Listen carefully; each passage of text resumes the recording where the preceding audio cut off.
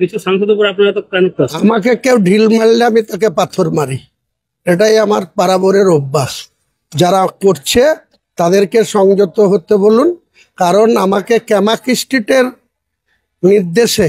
তাতে পার্টির সুবিধা হয় না, ওনার নিজেরও বোধহয় খুব একটা সুবিধা হয় না। উনি সিনিয়র রাজনীতিবিদ, আমার মনে হয় মন্তব্যগুলো করার আগে সব দিক বিবেচনা করে মন্তব্য করা উচিত। আমি ততটাই খাবো যতটা আমি হজম করতে পারবো। আমি দাবি করছি কোটেশ্বর রাওকে প্রেস কনফারেন্স করেছেন আপনি, দায়িত্ব আপনার, আপনি এনআইএ কে দিয়ে দেন। এনআইএ যদি বলে নারায়ণ হালদার করেছে, আমরা যে অভিযোগ গত দুদিন ধরে করছি প্রত্যাহার করব। আর এনআইএ তদন্ত হলে প্রমাণ হবে বিধর্মী জিহাদি বাংলাদেশি মুসলমানরা এই কাজ করেছে, বাংলাদেশের মডেলে আমাদের মা কালীর মূর্তি মুণ্ডচ্ছেদ করেছে, অপবিত্র করেছে।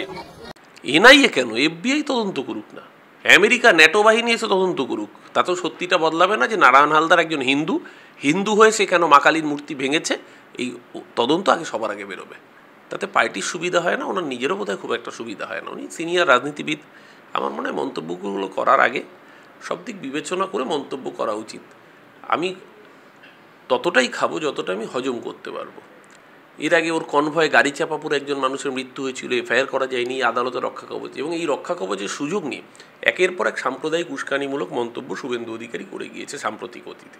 নদিয়ার চাপড়া সরস্বতী ঠাকুরের গলা কেটে ফেলা হয়েছিল একই রকমভাবে এই বছরের সরস্বতী পুজো জানুয়ারি মাসে। গ্রেপ্তার হয়েছিল কে, ধরা পড়েছিল কে? বিজেপির পঞ্চায়েত সদস্য প্রসেনজিৎ দাস।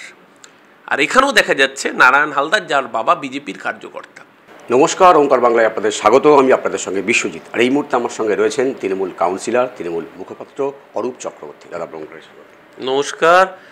উৎসবের মরশুমের পরে আপনাদের সকলকে উৎসবের মরশুম ভালো কেটেছে, আগামী দিনও সকলের ভালো কাটুক, সেই শুভেচ্ছা জানাই।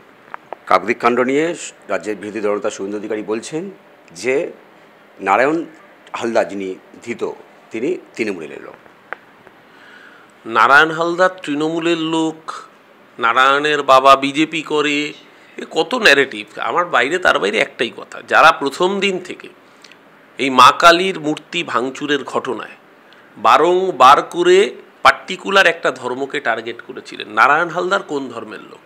প্রথম কথা এখানে, যারা একটি ধর্মকে দাগিয়ে দেওয়ার জন্য রাজনীতি করছিলেন, নোংরা রাজনীতি করছিলেন, আজকে পরিষ্কার দিনের আলোর মতো প্রকাশিত নারায়ণ হালদার আসলে কোন ধর্মের লোক, কেন করেছিল, কি করেছিল, সেটা বোঝার জন্য কোনো রাজনৈতিক পণ্ডিত হতে হয় না।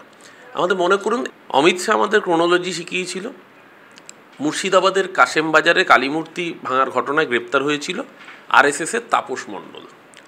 বেলডাঙ্গার কার্তিক পুজোর লাইটিংয়ে কুৎসিততম ধর্মগুরুর উদ্দেশ্যে নোংরা সাম্প্রদায়িক উস্কানিমূলক বার্তা প্রচার করে গ্রেপ্তার হয়েছিল পলিটেকনিকের ছাত্র সায়ন হালদার।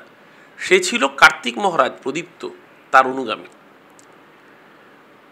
নদিয়ার চাপড়া সরস্বতী ঠাকুরের গলা কেটে ফেলা হয়েছিল একই রকমভাবে এই বছরের সরস্বতী পুজো জানুয়ারি মাসে। গ্রেপ্তার হয়েছিল কে, ধরা পড়েছিল কে? বিজেপির পঞ্চায়েত সদস্য প্রসেনজিৎ দাস। আর এখানেও দেখা যাচ্ছে নারায়ণ হালদার, যার বাবা বিজেপির কার্যকর্তা। অর্থাৎ ক্রোনোলজিতে এক।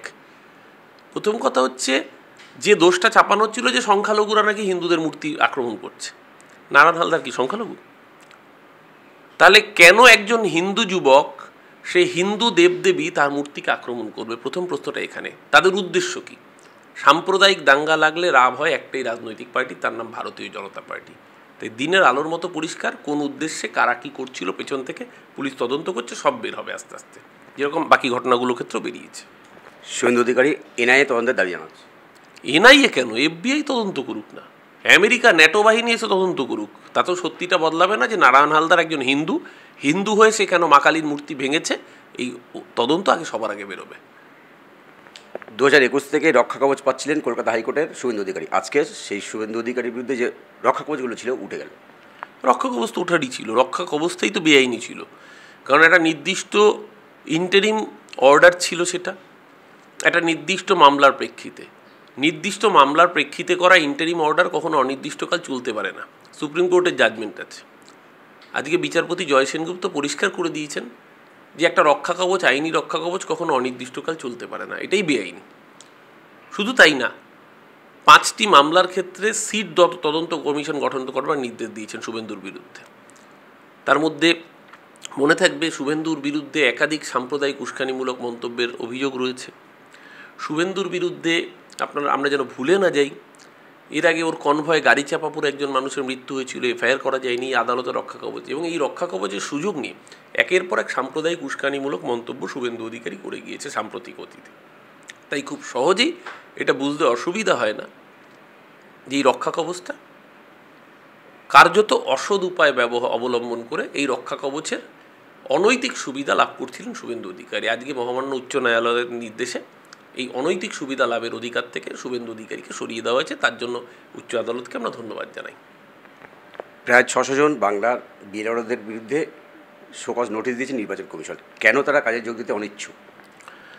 এই বিএলওরা অধিকাংশই স্কুলের শিক্ষক। প্রথম কথা, এই অভিযোগ জানাতেই পারে না, এই নির্দেশ দিতেই পারে না ইলেকশন কমিশন, এটা আইনের পরিপন্থী। মডেল কোড অফ কন্ডাক্ট চালু না হলে কারুর ক্ষমতা নেই নির্বাচন কমিশন এই ধরনের নির্দেশ জারি করতে পারে। কারণ নির্বাচন কমিশন ইলেকটোরাল রোল রিভিশন করবে। নির্বাচন কমিশন তখনই কাউকে শোকজ, কাউকে ট্রান্সফার ইত্যাদি করতে পারে যদি এমসিসি চালু হয়।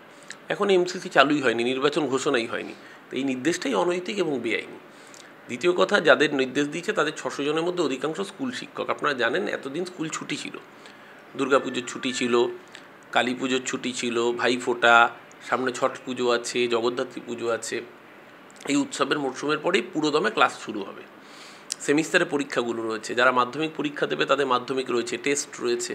স্বাভাবিকভাবেই স্কুলের শিক্ষকরা বলছেন এতদিন ছুটির পরে এখনও যদি আবার তাদেরকে এসআইআরের কাজে আটকে থাকতে হয় তাহলে স্কুলে পড়াশোনা লাটে উঠবে, ছাত্রছাত্রীদের ভবিষ্যৎ সর্বনাশ হয়ে যাবে। যারা ছাত্রছাত্রীদের ভবিষ্যতের কথা চিন্তা করেন, ভালোবাসেন, তারা স্বাভাবিকভাবেই এতে ক্ষুব্ধ হয়েছেন। তাই তারা কাজে যোগ দিতে, এই কাজ করতে অনীহা প্রকাশ করেছেন। কারণ এটা তো কার্যত বিজেপির হয়ে কাজ করা, এটা তো এসআইআরের উদ্দেশ্য তো বিজেপিকে অনৈতিক সুবিধা পাইয়ে দেওয়া। সবচেয়ে বড় কথা, ছাত্রছাত্রীদের ভবিষ্যৎ অন্ধকারে চলে যাচ্ছে, তাই তারা অনীহা প্রকাশ করছেন। নির্বাচন কমিশন নির্দেশিকা দিয়েছে, নির্দেশিকাটাই অনৈতিক এবং অবৈধ। দাদা, ফের বেলাগামা হুমায়ুন কবির, তিনি বলছেন যে মুর্শিদাবাদে আগে 20টা পেয়েছিল, 10টায় করে দেবো। হুমায়ুন কবিরের যদি অত ক্ষমতাই থাকতো, 2019-এ তো উনি নিজেই প্রার্থী হয়েছিলেন, অন্য দলের হয়ে প্রার্থী হয়েছিলেন, তাহলে জিততে পারেননি কেন? আমি আবারও বলছি, এই ধরনের গরম গরম বক্তৃতা দিলে আপনাদের মিডিয়ার সুবিধা হয়, তাতে পার্টির সুবিধা হয় না, ওনার নিজেরও বোধহয় খুব একটা সুবিধা হয় না। উনি সিনিয়র রাজনীতিবিদ, আমার মনে হয় মন্তব্যগুলো করার আগে সব দিক বিবেচনা করে মন্তব্য করা উচিত। আমি ততটাই খাবো যতটা আমি হজম করতে পারবো, বেশি খেলে যতটা হজম করতে পারবো না তাহলে বদহজম হবে। তো বদহজম হলে 2019 লোকসভা নির্বাচনের ফলাফল দেখিয়ে দেয় যে বদহজম হলে কী হয়। তাই বদহজম যাতে না হয় সেরকম কাজই করা উচিত। যতটুকু হজম করতে পারবেন ততটুকুই খাবেন। না, বারবার উনি বেফাস মন্তব্য করছেন, তিনি কি কোনো ব্যবস্থা নেবে এবারে? ইতিমধ্যেই শৃঙ্খলা রক্ষা কমিটি ওনাকে শোকজ করেছিল, এই বিষয়টাও শৃঙ্খলা রক্ষা কমিটি দেখছে। যেহেতু এটা দলের সর্বোচ্চ নীতি নির্ধারণ কমিটি, তাই দলের সিনিয়র নেতারা যা বলার এই বিষয়ে বলবেন। একদম শেষ আপনার কাছে, যাদবপুর, উত্তর কলকাতা, দক্ষিণ কলকাতা এবং দমদম, এই যে কলকাতার আশেপাশের যে জেলাগুলো, যে আসনগুলো রয়েছে 28টি আসন, সেই আসনে বিজেপি কতটা দাঁত ফোটাতে পারবে তাই নিয়ে আজকে বৈঠক চলছে। কী মনে হয়, যাদবপুর পাবে ওরা? শূন্যর সাথে শূন্য যোগ করলে শূন্য হয়, বিয়োগ করলেও শূন্য হয়, গুণ করলেও শূন্য হয়। 28টা আসনেই বিজেপি শূন্য ছিল, শূন্য আছে, আগামী দিনেও শূন্য থাকবে। যোগীরাজ্যের সাংবাদিক খুন, এটাই তো স্বাভাবিক। বিজেপির রাজ্যে সাংবাদিক খুন হবে, নারী ধর্ষিতা হবে, মায়ের সম্মান ভুলুণ্ঠিত হবে, জীবন্ত জ্বালিয়ে খুন করে দেওয়া হবে। এটাই ঘটনা, এটাই বিকশিত ভারত, এটাই উত্তম প্রদেশ ওদের। তো এই ঘটনা ভারতবর্ষের নিত্যদিনের সাক্ষী। এইকে বদলাতে গেলে বিজেপিকে সরাতে হবে। সম্প্রতি শ্রমিক ভট্টাচার্য বলেছেন যে যদি এবারে এসআইআরে যদি কেউ গাফিলতি করে, যদি 26-এ বিজেপি ক্ষমতায় না আসতে পারে, তাহলে এরপর থেকে কিন্তু আর এসি লাগানো পার্টি অফিস থাকবে না। প্রকাশ্যে বলছেন পার্টি না, ওরা নিজেরাই জানে যে ওদের পার্টি অফিস, দোকানপাট তুলে দিতে হবে, সেটা বুঝতে পেরেছে বলে আগে থেকেই ওই আগাম সতর্কবার্তা, যেরকম আবহাওয়ার সতর্কবার্তা আসে তেমনি আগাম সতর্কবার্তা দিচ্ছেন। শ্রমিক ভট্টাচার্য অনেকদিন ধরে বিজেপি করেছেন, উনি জানেন যে বিজেপির তো আসলে বাস্তবে বিজেপি বলে কিছু নেই, যেটা দেখাচ্ছে পুরোটাই সিপিএম। ভোটাররা সিপিএমের, দোকানঘর ভাড়া দিয়েছে বিজেপিকে। তো জানে যে যদি দোকানে বিক্রি না হয়, ব্যবসা না হয়, কোম্পানি মাল গুটিয়ে চলে যাবে। তো বড় কোম্পানি মাল গুটিয়ে চলে গেলে আবার যত সমর্থক আছে সব সিপিএমে ফেরত আসবে। তাই জন্যই শ্রমিকবাবু পুরনো রাজনীতিবিদ, বুঝতে পেরেছেন বলে আগাম এটা জানিয়েছেন। কাকদ্বীপ কালীকাণ্ডে ইতিমধ্যে এনআইএ তদন্তের দাবি জানিয়েছেন রাজ্যের বিরোধী দলনেতা শুভেন্দু অধিকারী, কিন্তু এনআইএ কেন? যদি ন্যাটো বাহিনীও যদি তদন্ত করে তাহলে কিছু বদলাবে না। মত অরূপ চক্রবর্তী, ক্যামেরায় সন্তোষ হাসকে, বিশ্বজিৎ হালদার, ওঙ্কার বাংলা।